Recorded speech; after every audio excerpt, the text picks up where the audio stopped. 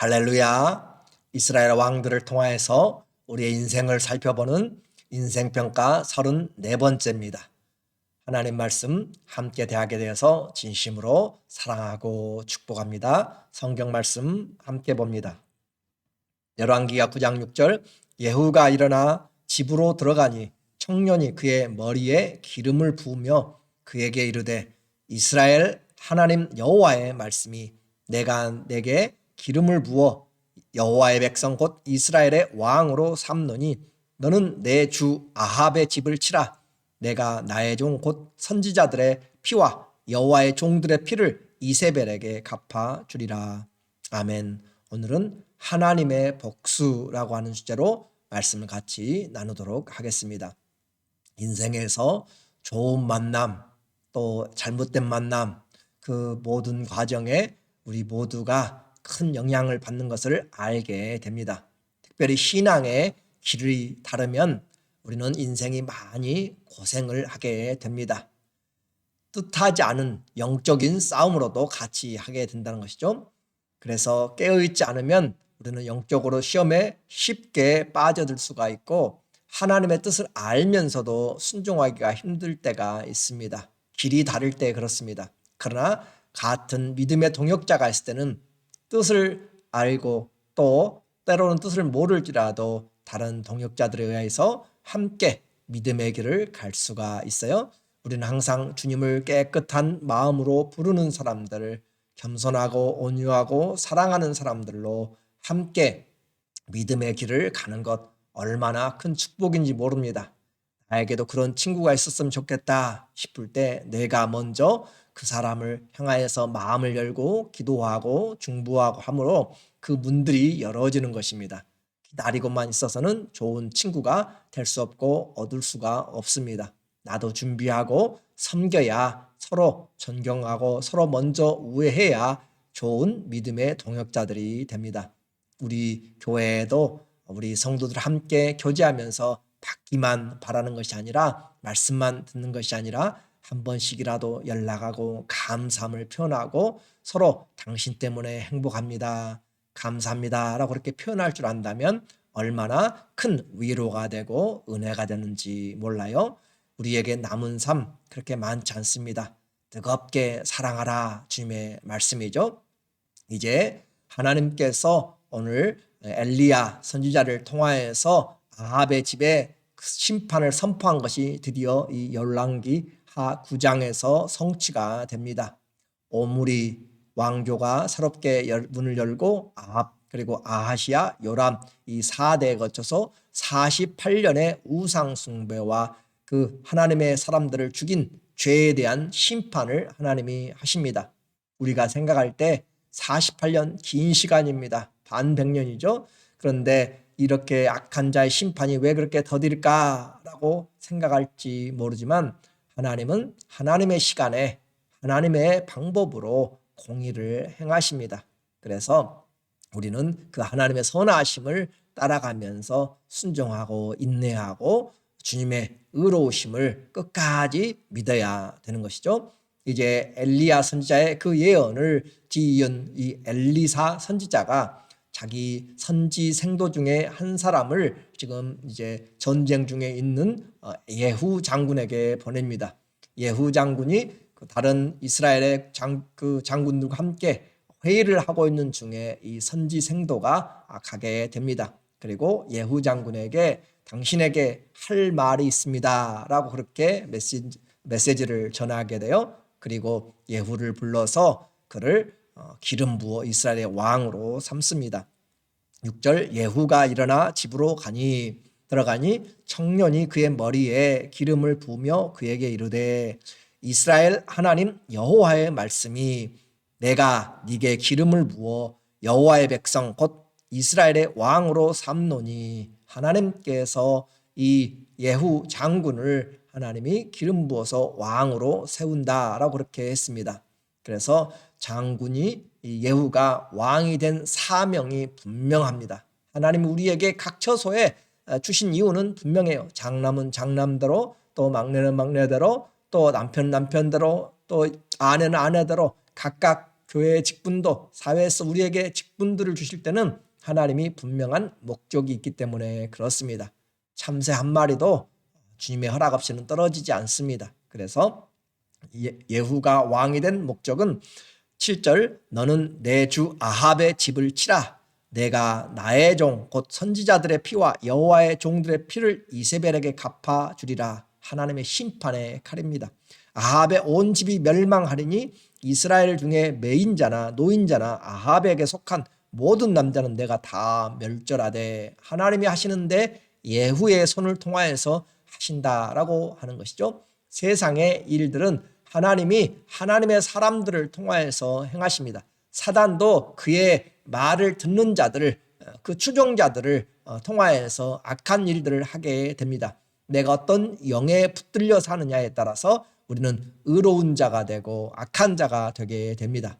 우리는 선한 도구로 하나님 앞에 쓰임받는 선한 일에 열심인 하나님의 자녀들이 되어야 될 줄로 믿습니다. 이렇게 해서 하나님은 이미 엘리야 선지자에게 심판을 선포했던 아합 가문의 그 심판이 어떨 것인지를 우리에게 말려줬습니다. 그리고 그 일을 하나님이 행하시는 거죠. 9절에 아합의 집을 느밧의 아들 여로보암의 집과 같게 하며, 북이스라엘 첫 번째 왕이죠. 또 아히야의 아들 바하사의 집과 같게 할지라. 바하사는 그 여로보암의 왕조를 치고 새로운 반역을 한 그 사람이죠. 아합의 집과 같이 할지라. 이스라엘 지방에서 개들이 이세벨을 먹으리니 그를 장사할 사람이 없으리라 하셨느니라 하고 곧 문을 열고 도망하니라. 이스라엘 지방에서 개들이 이세벨을 먹는다. 이세벨의 죽음을 우리에게 이야기하고 있고, 장사할 사람이 없을 정도로 그런 비참한 그런 죽음을 맞이하게 될 것입니다. 그리고 이 선지 생도는 곧 문을 열고 도망갔다라고 그렇게 우리에게 알려주고 있어요.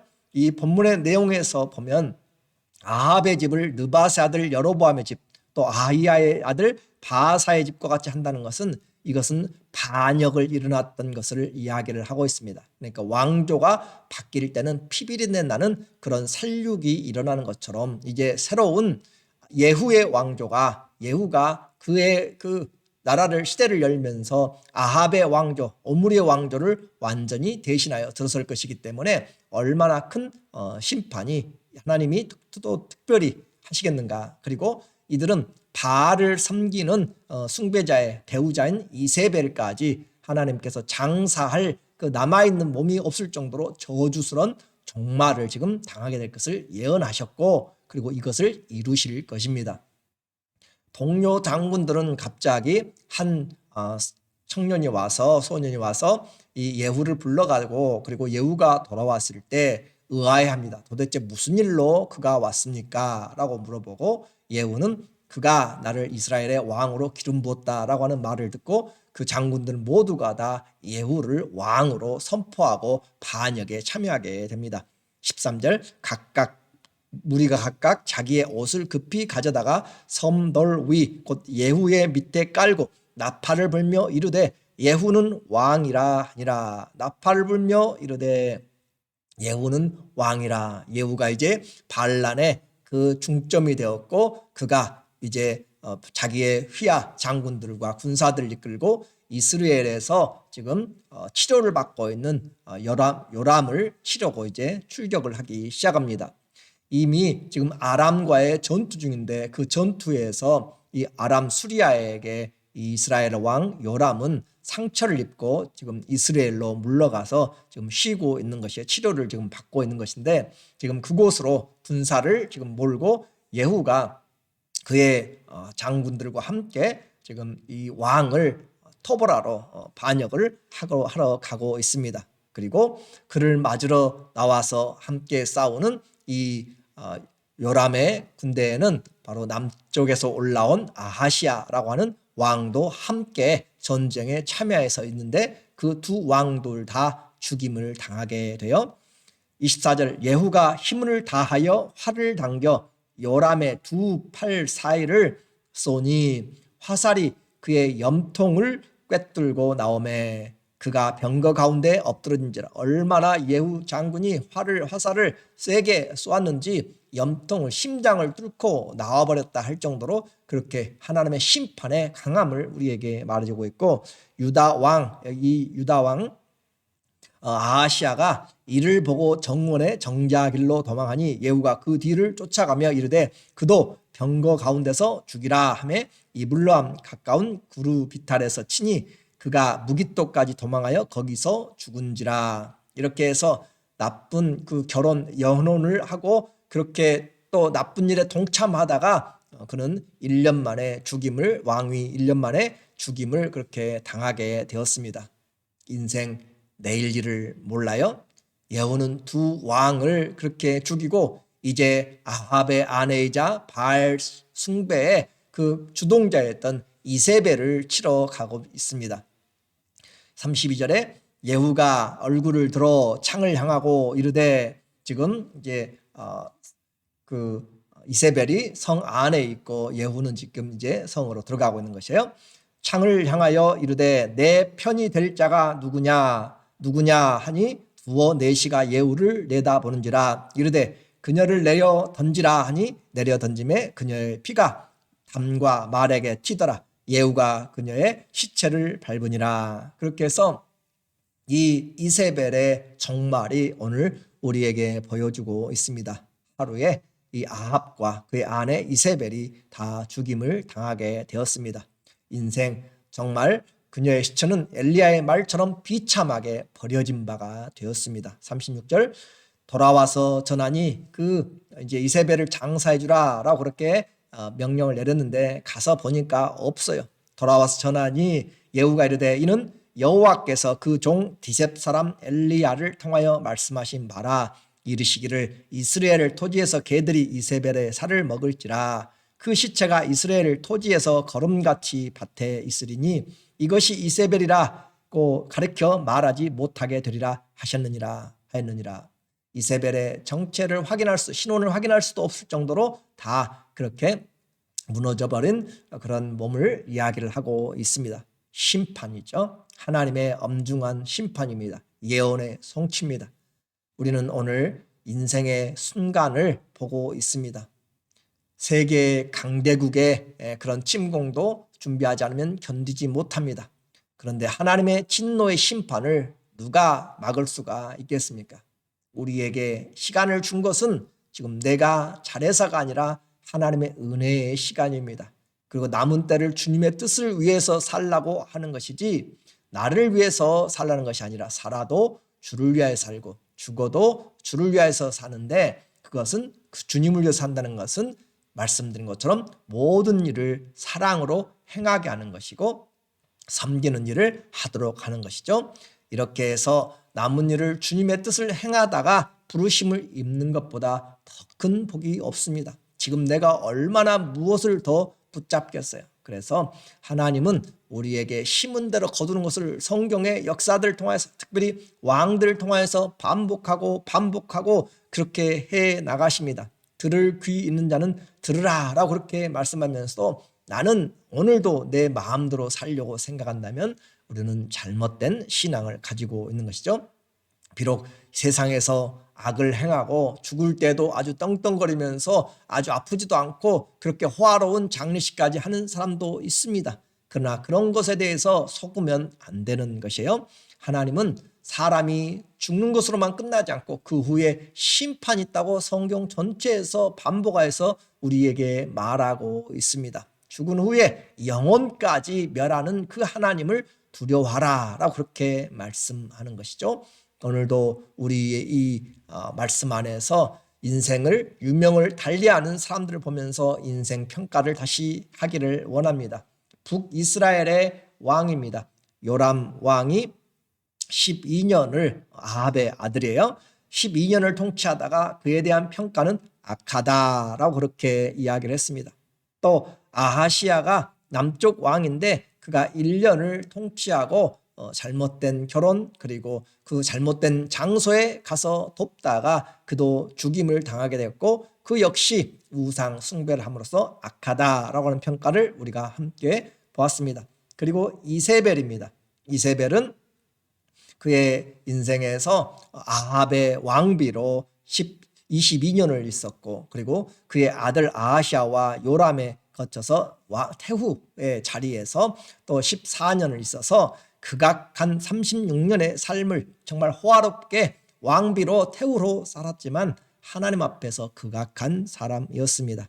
오늘 우리도 시간이 바로 따르게 됩니다. 언제인지 모르나 그러나 그것은 우리에게 멸망이 아니라 영원한 소망의 길입니다. 어떻게 보면 정말로 이 세상에 풍진 세상에서 더 이상 수고와 슬픔을 끝내고 하나님과 함께 될 영광의 소망을 기다리는 삶이기 때문에 우리에게 믿음이 분명하고 하늘의 소망을 확실하게 가지고 있다면 우리는 할렐루야 하면서 주님 맞을 준비를 해야 되는 것이죠. 그래서 주 예수여 어서 오시옵소서 마라난타라고 그렇게 이야기를 하면서 우리는 주님 앞에 기다려야 할 건데, 지금 우리가 살아있는 이유는 하나님을 사랑하고 다른 사람들을 섬기고 사랑하는 기회를, 또 하나님의 뜻을 이루라고 지금 보내신 시간의 기회라고 했습니다. 나는 몇 년을 앞으로 살아갈지 알지를 못합니다. 그러나 분명히 다가올 때 어떤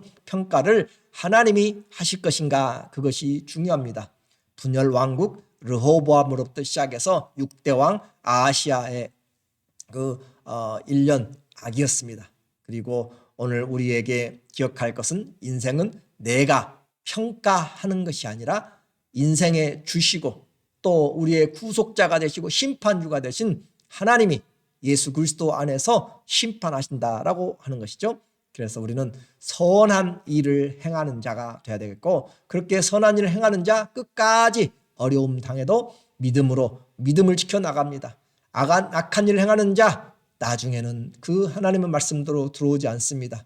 쌓은 악에서 악을 행하게 되고 쌓은 선에서 선을 행하게 되는 것이 우리의 인생의 심은 대로 거두는 것이에요. 요한계시록 22장 11절 불의를 행하는 자는 그대로 불의를 행하고 더러운 자는 그대로 더럽고 의로운 자는 그대로 의를 행하고 거룩한 자는 그대로 거룩하게 하라. 성품 잘 바뀌지 않습니다.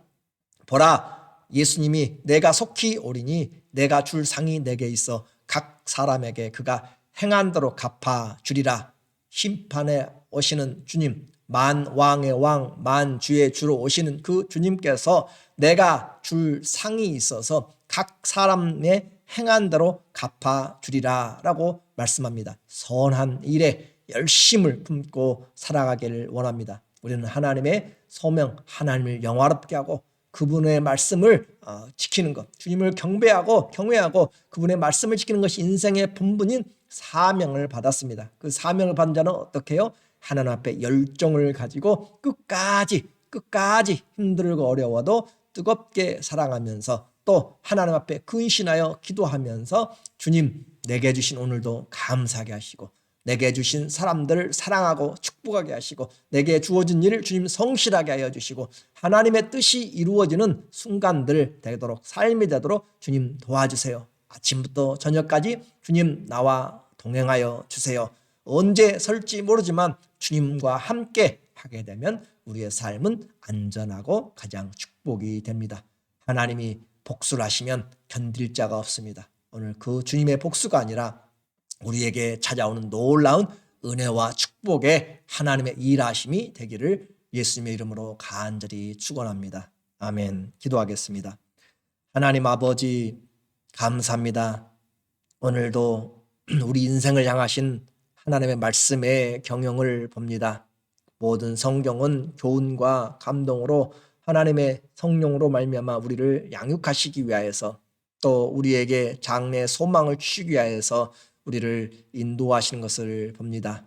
주의 말씀을 생명의 말씀으로 받고 내게 남은 삶을 그리스도를 위하여서 살아갈 수 있는, 또 우리 지체들을 위하여서 축복하고 섬길 수 있는 그런 은혜를 주시고 그 일을 위하여서 기도할 때 건강과 물질과 지혜와 또 하나님의 많은 능력들을, 은사들을 베풀어 주시옵소서. 우리가 끝까지 주의 부르심에 선한 도구가 되어서 충성하기를 원하며 예수님의 이름으로 감사하며 기도드립니다. 아멘. 우리의 삶에 주의 손이 우리에게 구원의 손이 되기를 원합니다. 그런 믿음을 가지고 오늘도 내게 생각되는 사람들 기도하면서 그 영혼을 축복하시고 하나님 정말 함께하여 주셔서 예수님의 큰 그런 은혜를 입는 주님 닮아가는 성도들 또 지체들 되게 해달라고 함께 우리의 기도의 제목을 가지고 나갔으면 좋겠어요. 사랑하고 축복합니다.